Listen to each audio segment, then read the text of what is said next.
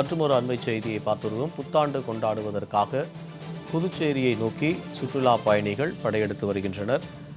French குடியிருப்பு பகுதியில் வாகனம் நுழைவதற்கு அனுமதி மறுக்கப்படுவதோடு 2000க்கும் மேற்பட்ட காவலர்கள் கண்காணிப்பு பணியில் ஈடுபட்டிருக்கின்றனர். ஆங்கில புத்தாண்டு நாளை பிறப்பதையொட்டி புத்தாண்டை கொண்டாடுவதற்காக புதுச்சேரியில் சுற்றுலா பயணிகள் குவிந்து வருகின்றனர். கூடுதல் தகவலை எமது செய்தியாளர் சித்தார்த் வழங்க கேட்கலாம். சித்தார்த், விவரம். சுற்றுலா புதுச்சேரிக்கு வார இறுதி நாட்களில் வெளிநாடு மற்றும் வெளி மாநிலத்திலிருந்து ஏராளமான பயணிகள் சுற்றுலா பயணிகள் வந்து செல்வது வழக்கம். இது தவிர இந்தியாவில் புத்தாண்டு கொண்டாட்டத்துக்கு சுற்றுலா பயணிகள் அதிகம் விரும்பும் பட்டியலில் புதுச்சேரி முதலிடத்தில் உள்ளது. இந்த நிலையில் நாளை 2026 ஆங்கில புத்தாண்டு பிறக்க இன்னும் சில மணி நேரங்கள் உள்ள நிலையில புத்தாண்டு கொண்டாட்டத்துக்கு புதுச்சேரியில் முழுவீச்சில் தயாராகி வருகிறது. கிறிஸ்துமஸ் பண்டிகையிலிருந்து புத்தாண்டு வரை ஒரு வார காலத்துக்கு புதுச்சேரி சுற்றுலா பயணிகள் தங்கி பல்வேறு இடங்களில் சுற்றிப்பார்த்து விட்டு புத்தாண்டு கொண்டாட்டங்கள் பங்கேற்று விட்டு சொந்த ஊர்களுக்கு செல்வதற்காக தமிழகம், கர்நாடகா, கேரளா, ஆந்திரா உள்ளிட்ட வெளிமாநில மற்றும் வெளிநாடு சுற்றுலா பயணிகள் புதுச்சேரியில் முகாமிட்டுள்ளனர். மேலும் புதுச்சேரிக்கு தொடர்ச்சியாகவே இந்த சுற்றுலா பயணிகள் சுற்றுலாவை கொண்டாடும் விதமாக பல்வேறு கடற்கரை சாலைகளில் ஏற்பாடுகள் செய்யப்பட்டிருக்கிறது. அதே போல் கேளிக்கை நிகழ்ச்சிகள், நட்சத்திர கேளிக்கை நிகழ்ச்சிகளும் ஏற்பாடு செய்யப்பட்டுள்ளது. இதில் சில திரை பிரபலங்கள், நட்சத்திரங்கள் பங்கேற்கும் விதமாகவும் அந்த கேளிக்கை விடுதிகளிலும் மற்றும் இந்த விடுதிகள் பல்வேறு நட்சத்திர விடுதிகள் தயார் செய்யப்பட்டுள்ளது.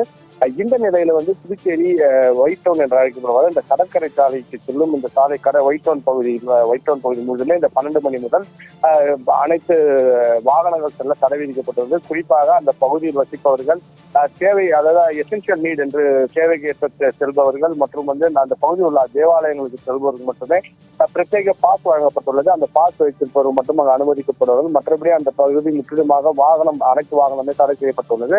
இந்த நிலையில இந்த புதுச்சேரி கடற்கரையில் இந்த புத்தாண்டு கொண்டாட்டமானது வருடம் கொண்டாடுவது வழக்கம்.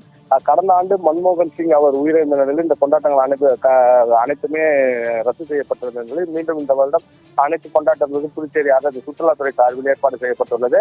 இதனால் சுற்றுலா பயணிகள் அதிக அளவில் வருவார்கள் என்பதால் பார்ட்டிஷன்கள் பிரிக்கப்பட்டு, அதாவது பகுதி பகுதிகளாக இரும்பு தடுப்புகள் வைத்து பகுதி பகுதிகளாக பிரிக்கப்பட்டுள்ளது. ஒரு பகுதியிலுமே 200 300 பேர் வரை 500 பேர் வரை இருக்கும்படி அந்த ஏற்பாடுகள் செய்யப்பட்டு வருகிறது.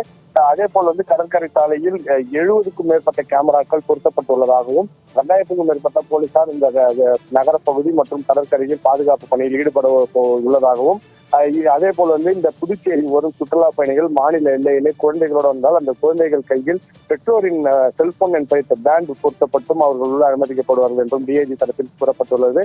மேலும் அதிக மது போதையில் வாகனம் ஓட்டுபவர்கள், வாகனத்தை இயக்குபவர்களை பிடித்து அவர்கள் போதை தெளிந்த பின்னர் அவர்கள் வாகனங்கள் அவர்களும் ஒப்படைக்கப்படும் என்ற எச்சரிக்கை விதிக்கப்பட்டுள்ளது. அது மட்டுமின்றி விடுதியில் தங்குபவர்கள் 2 மணிக்கெல்லாம் விடுதிக்குள் சென்று தங்க வேண்டும் என்றும் கட்டுப்பாடுகள் விதிக்கப்பட்டுள்ளது.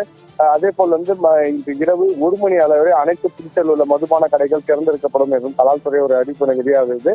இருப்பினும் இந்த புத்தாண்டை எதிர்வரும் புத்தாண்டை கொண்டாடும் அனைத்து ஏற்பாடுகளுமே செய்யப்பட்டு வருகிறது. சுற்றுலா பயணிகளும் மிக ஆர்வத்துடன் இந்த புத்தாண்டை எதிர்கொள்ள காத்துக் கொண்டிருக்கிறது. அனைத்து ஏற்பாடும் கடற்கரையில் செய்யப்பட்டு வந்திருந்தாலும் அந்த பாதுகாப்பு பணியிலும் போலீசார் ஈடுபட தயாராக வருகின்றனர். மேலும் இந்த 12 மணி முதலே இந்த ஒயிட் டவுன் பகுதிக்குள் தடை விதித்திருந்த நிலையில சுற்றுலா பயணிகள் அவர்கள் வாகனங்களை பார்க்கிங், அந்த எந்த இடம் பார்க்கிங் கொடுக்கப்பட்டுள்ளதோ அங்க நிறுத்திவிட்டு அங்கிருந்து எலக்ட்ரிக் பஸ் மூலமாக இந்த கடற்கரை சாலை அடையும் அனைத்து ஏற்பாடுகளும் செய்துள்ளது. தகவலுக்கு நன்றி சித்தார்த்.